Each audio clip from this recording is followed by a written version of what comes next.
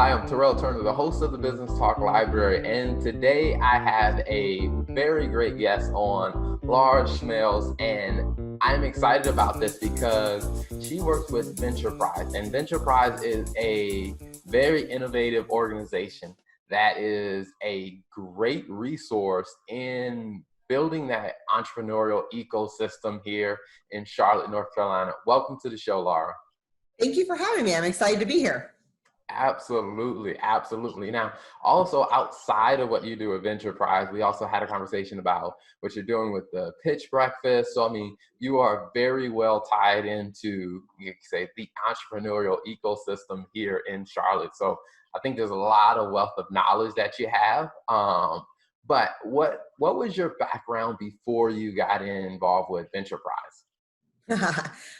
To sum it up very quickly, I guess, I actually was a radio talk show producer in Columbus, Ohio for about 12 years.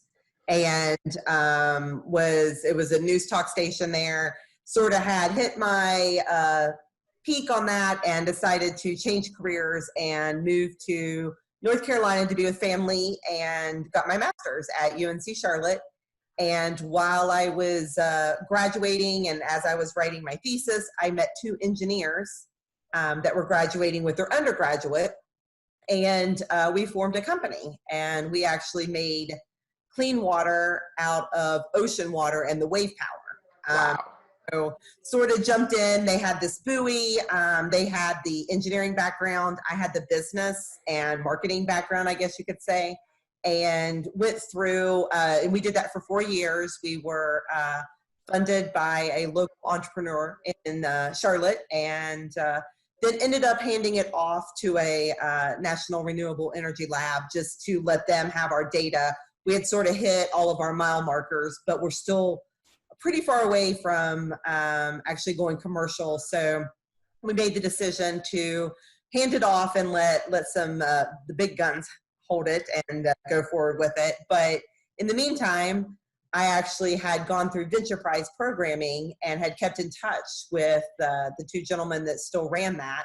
And upon telling them that we were moving on from Saros, a job opportunity arose. So sort of fit the criteria. I graduated with my master's from UNC Charlotte, went through Ventureprise programming and had my own company.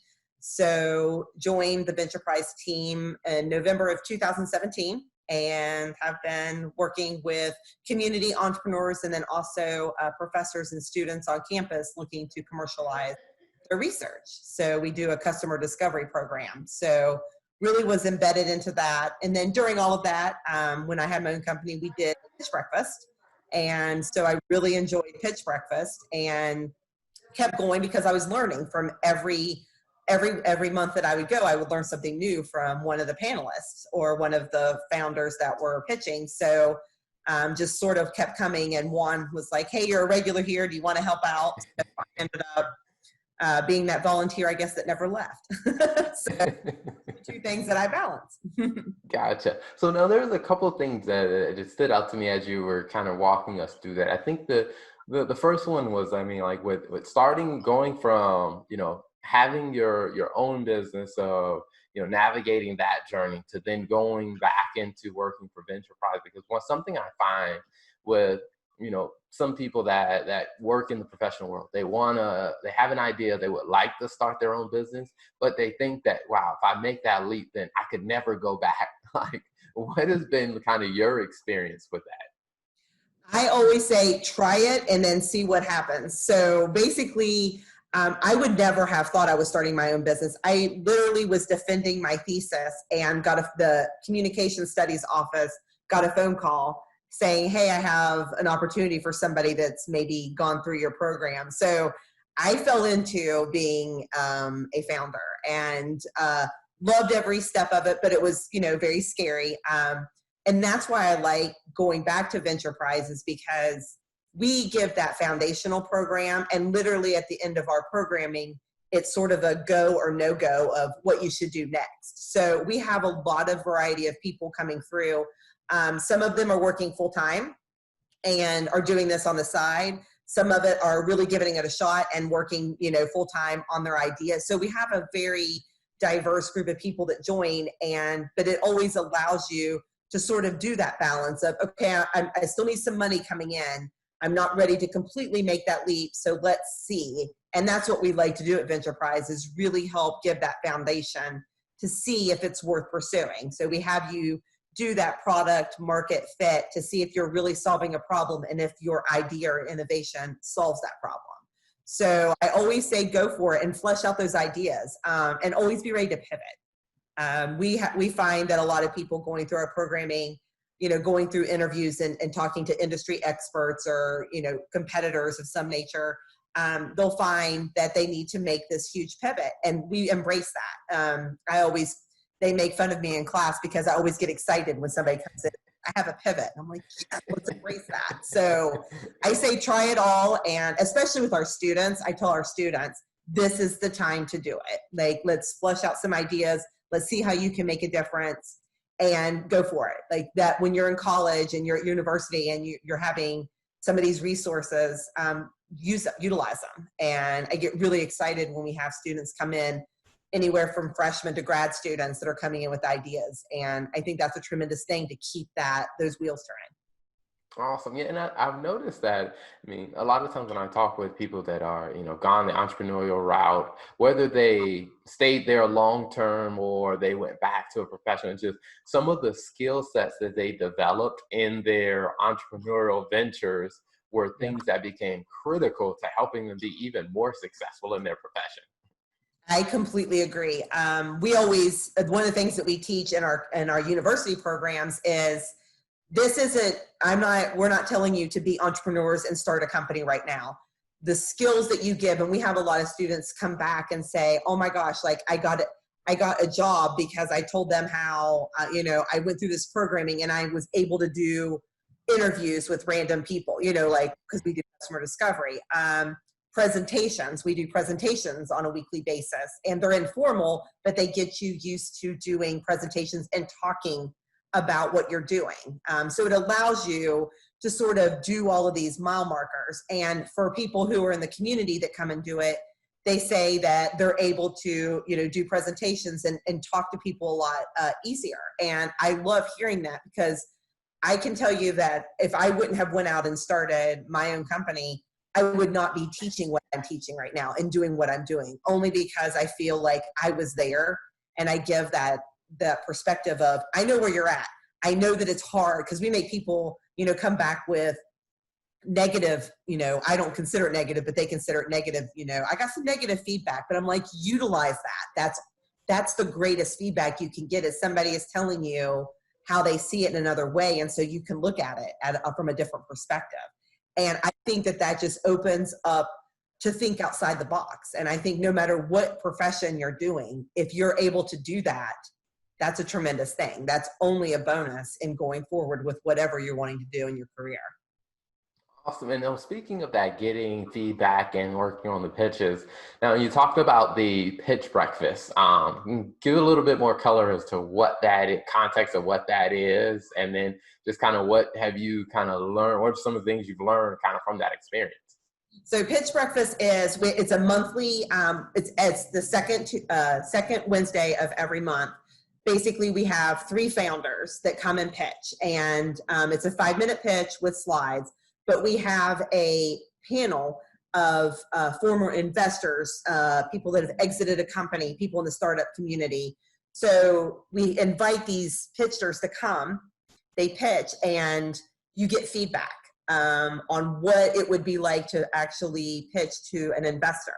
So you have these panelists saying, this was really great how you described this, but I wanted to hear a little bit more detail here, or flesh out this idea a little bit more. So you're getting that real-time feedback before you actually go to an investor pitch or to pitch for a partnership or anything like that. It gives you that feedback from multiple perspectives. And then we also get the crowd involved. We usually, when we were doing live events, we had 80 to 100. We have about the same on our virtual events. And so you have the crowd and you have this audience getting engaged too, but they're also learning.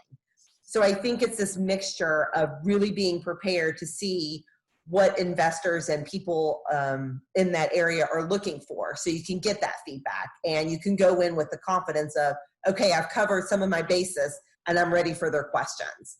And we're really proud to do that. And where my two worlds collide is I love hearing the panelists. By far the biggest piece of feedback is, what problem are you solving? What problem are you solving? And of course, that's Ventureprise's main foundation. So that's, I always like to hear that, because I know that what we're teaching and what we're, doing in our Ventureprise programming is actually, helping them get somewhere in these investor pitches and things, because that's the core of what you need to know. So I really feel like Pitch Breakfast, whether you're pitching or just going to learn. As I said, I went as a founder and learned so much about the startup scene. I was pretty new to it, and I would learn something new, and we make sure that that's also a factor. It is definitely for the people that are pitching, but it's also these huge lessons for everybody else that's participating as well. Awesome. Now, for the pitch breakfast, are they still open to, I guess, anyone who wants to attend, or what's the way that people can get involved or attend the event? Yeah, it's pitchbreakfast.com. You can sign up, and we have a list, and we send out MailChimp, like we do MailChimp, we send out invitations for every month. And then also it's on Eventbrite, and then it's also on Meetup. So you can just look at Pitch Breakfast, Charlotte Pitch Breakfast, any of those keywords, and you'll be able to do it. But you can also go to pitchbreakfast.com and sign up. Okay, awesome. Now, going back to Ventureprise, so what are the the services and the offerings that people get when they work with Ventureprise? Perfect. So we do, our biggest program is probably Ventureprise Launch, and that's a 6-week program that takes place. And what we do is we put you through what we call the customer discovery process. And we encourage 30 interviews. And what we do is each week we give you new tools, whether we talk about TAM, SAM, and target markets, or we talk about your value proposition, or we talk about your target customer. So we have a lesson each week, but then we also give you some tools to go out, and we like you to get 3 to 5 interviews per week. And then each week you come back and you report your findings to us. And what we do is we challenge you at each step. We're saying, okay, hey, you're getting feedback on this, but what about this? And okay, because some people will come in and say, I had 5 great interviews, everybody loved my product. One of our things is you're not talking about your product. We want you to go out there and talk about the industry and talk about the problems and figure out if you have that match. So we always say, hey, shouldn't be out there selling. It's out there actually wanting to understand the industry. And we find probably about week 3 is where it really starts to click with people, because it's a hard process. I went through it, I know. I remember thinking that we had the biggest and the best product when I went through, finding out that my target customer was probably about this big. And it was we weren't solving a problem at that point. We had to sort of pinpoint it and go through and figure out what was different in the industry and really what was that pain point. Because you can have the best innovation, you can have the best business model, but if somebody's not saying that there's a problem and identifying a problem, I remember a lot of, oh, that's a great product. That's great. That's really, really cool. But nobody was buying. And we figured it out. It's because it wasn't hitting a pain point in the majority of people. So we challenge and make you define that. And we work with NCIDEA on that. We're an ecosystem partner. And so their grant is what gives us the ability to provide this free to community teams. And what they look for in their grants, whether it be the seed grant or the micro grant, is, they're looking for that problem solution fit. What's your business model? What's your revenue model? And so we do the business model canvas, but we really, really concentrate on, doing your value proposition and finding that problem solution fit in that target market. And then how are you scale from there? So that's our biggest program. And we do it in spring, summer, and fall. So we have 3 different cohorts per year. I think we've had 96 teams go through so far on the community side. We've had over 180 go on the university side. So yeah, really, really proud of that. And what we've found though is a lot of teams graduate from our program and say, okay, what's next? They're not quite ready for angel investing or anything like that at this point. So what we came up with last year, and we're doing it again this summer, is Ventureprise launch what we call 2.0.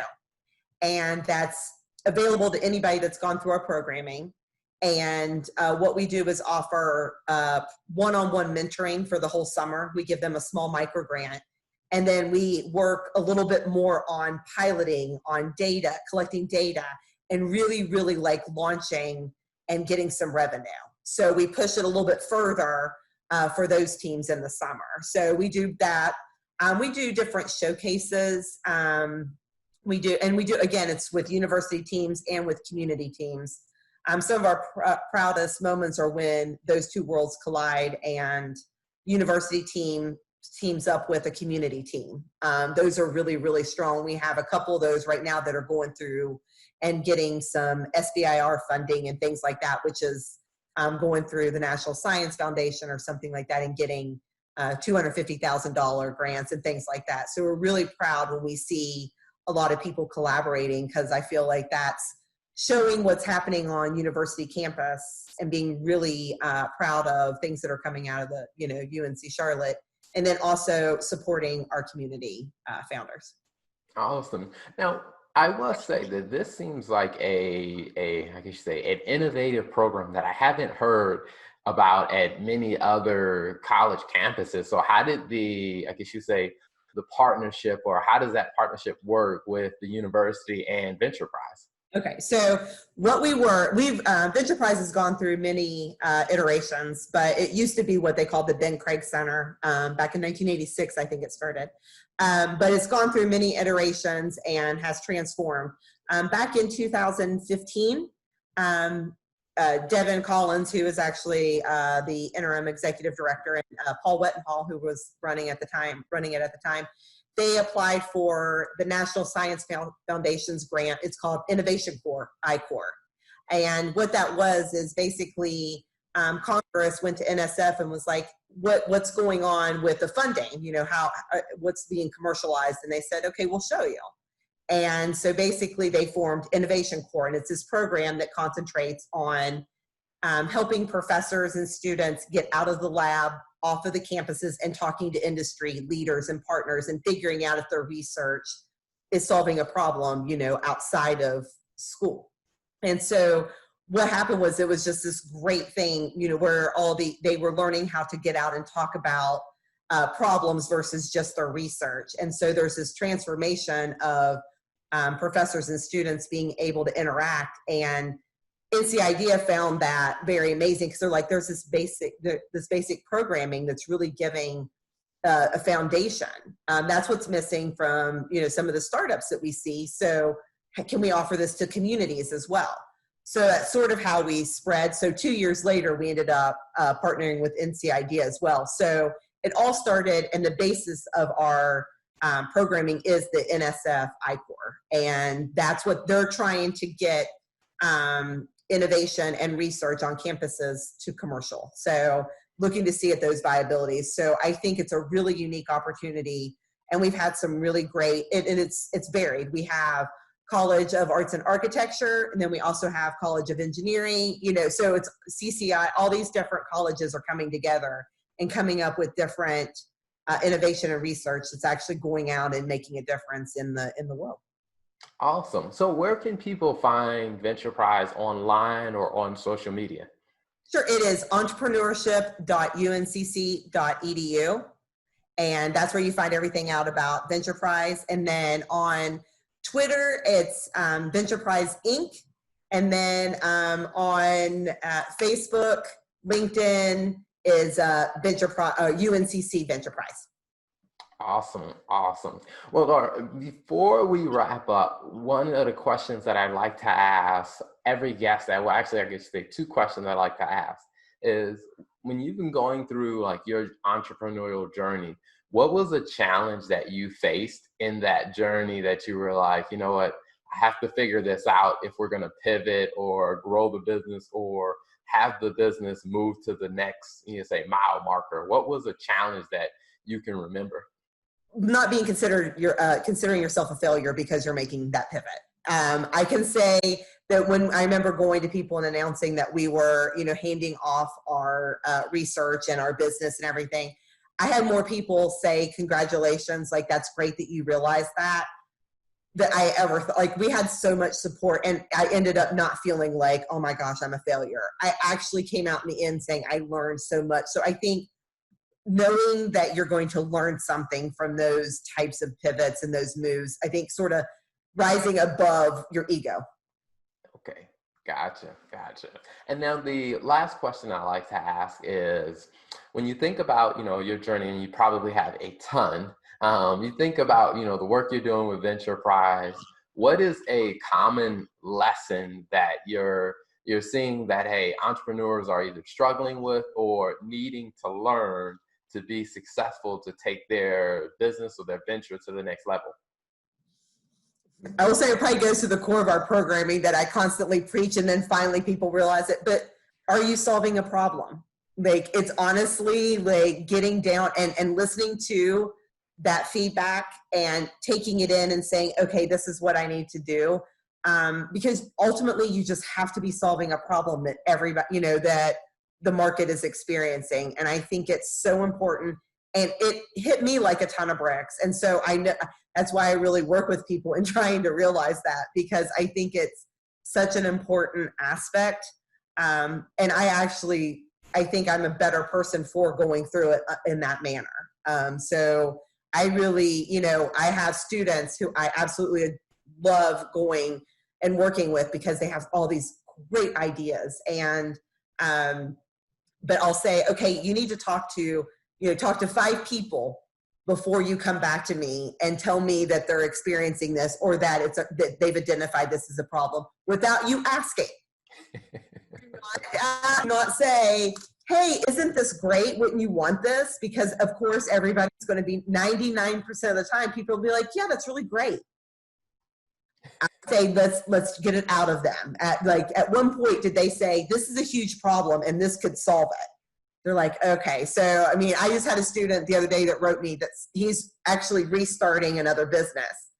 And he said, I'm actually doing it the way you taught me this time. And it's because he came and he already had all these ideas and was like, oh no, I'm good.